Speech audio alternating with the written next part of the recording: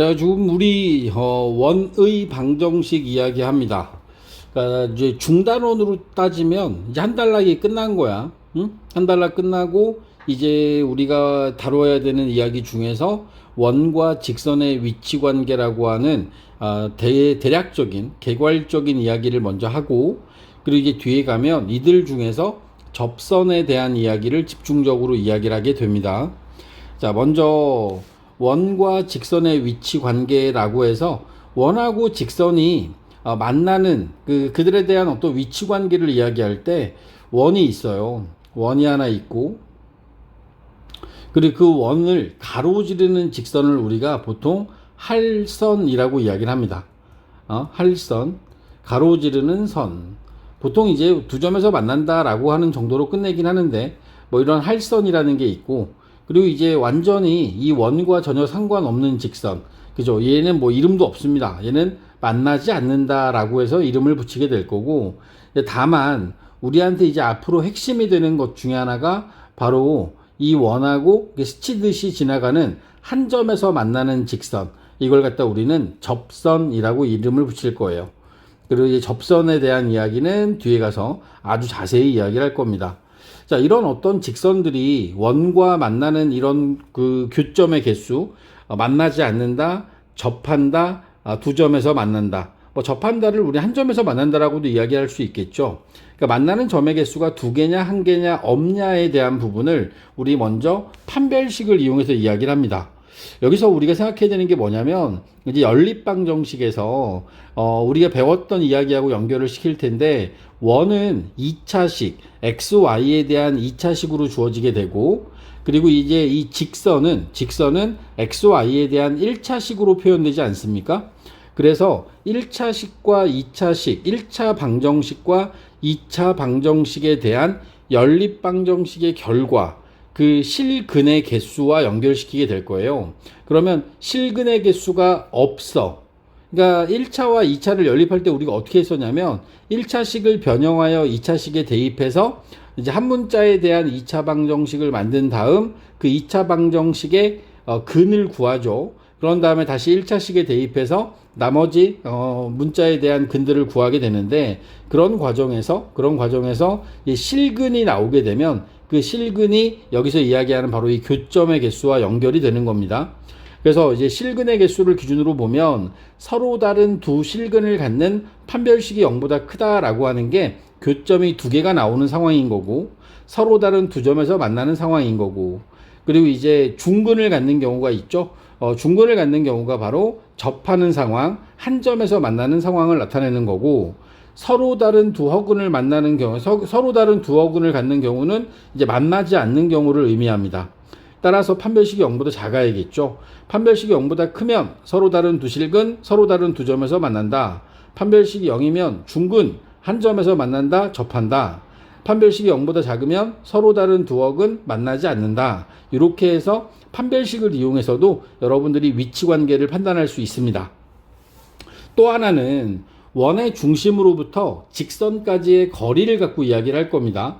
우리가 어떤 그 직선이 접하는 상황에 있는 직선을 우리가 한번 생각해 보면, 접하는 상황에 있는 이 직선의 경우에는 그 직선이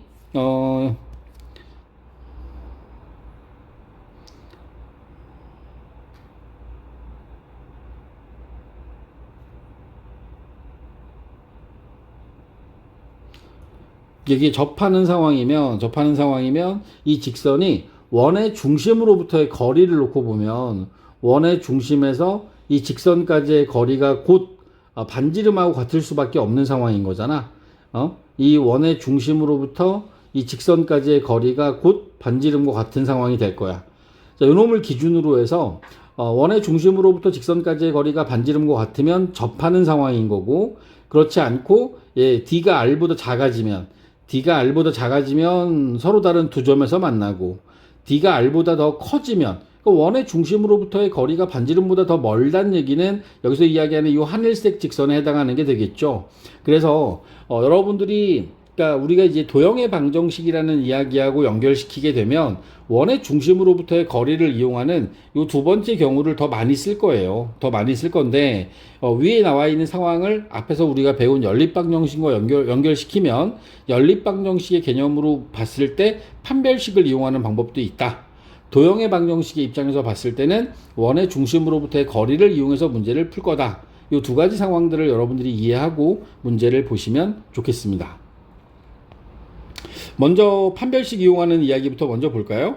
판별식을 이용해서 x제곱 더하기 y제곱은 2라는 원과 원의 중심이 원점이고 반지름이 루트 2인 거죠. 이 것과 이 문제에 주어져 있는 직선들과의 위치 관계가 어떤지를 한번 우리가 설명을 한번 해봅시다 라고 하는 이야기인데, 이런 거죠.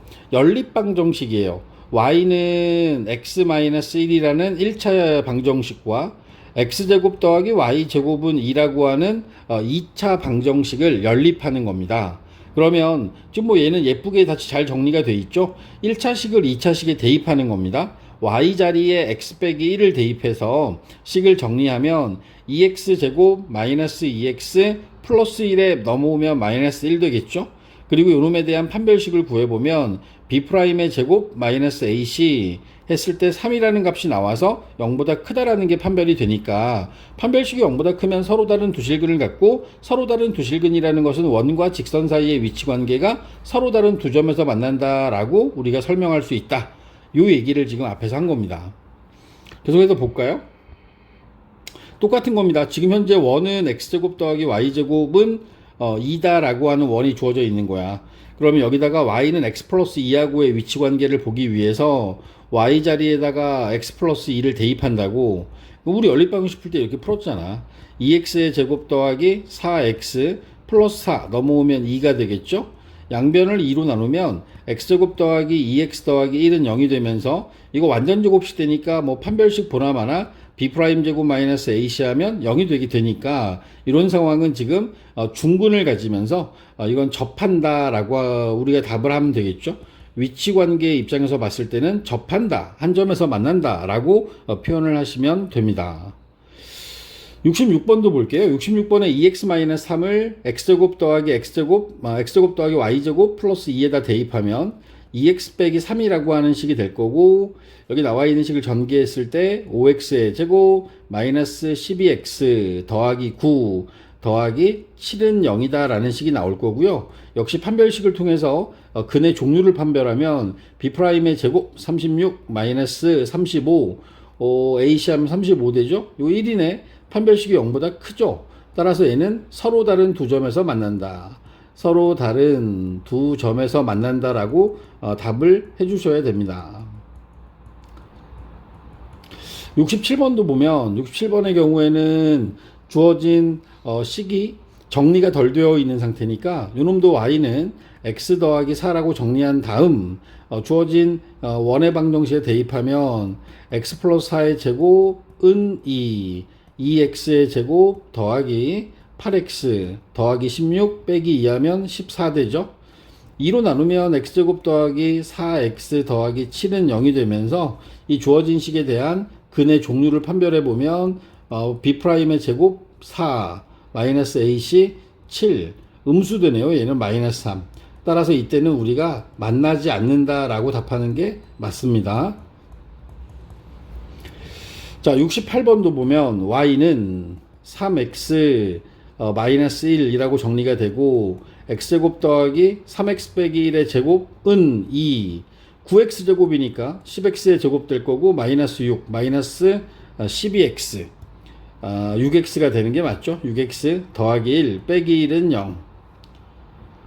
그리고 이제 판별식 합니다. 짝수 판별식 하면 b'의 제곱 마이너스 ac 10이 더해지면서 19라는 양수값이 나오니까 얘는 서로 다른 두 점에서 만난다. 서로 다른 두 점에서 만난다. 지금 우리가 하고 있는 건 판별식을 이용하는 거야. 그러니까 1차식을 변형하여 2차식에 대입한 다음 판별식을 통해서 서로 다른 두 실근, 서로 다른 두 점에서 만난다. 중근, 그러면 우리가 한 점에서 만난다 또는 접한다. 서로 다른 두 허근, 허근은 눈에 보이는 근이 아니라 그랬습니다. 좌표 평면상에서 허수를 표현할 수 있는 방법은 없기 때문에 이런 경우는 우리가 만나지 않는다라는 표현으로 여러분들이 정리를 하셔야 되고, 그 외적으로 위에서 이야기했던 것 중에서 원의 중심으로부터 직선 사이의 거리를 구하는 과정을 이용해서도 문제를 풀 수 있다는 것도 같이 알아두셔야죠. 바로 이어서 우리 같이 문제 풀어볼 겁니다.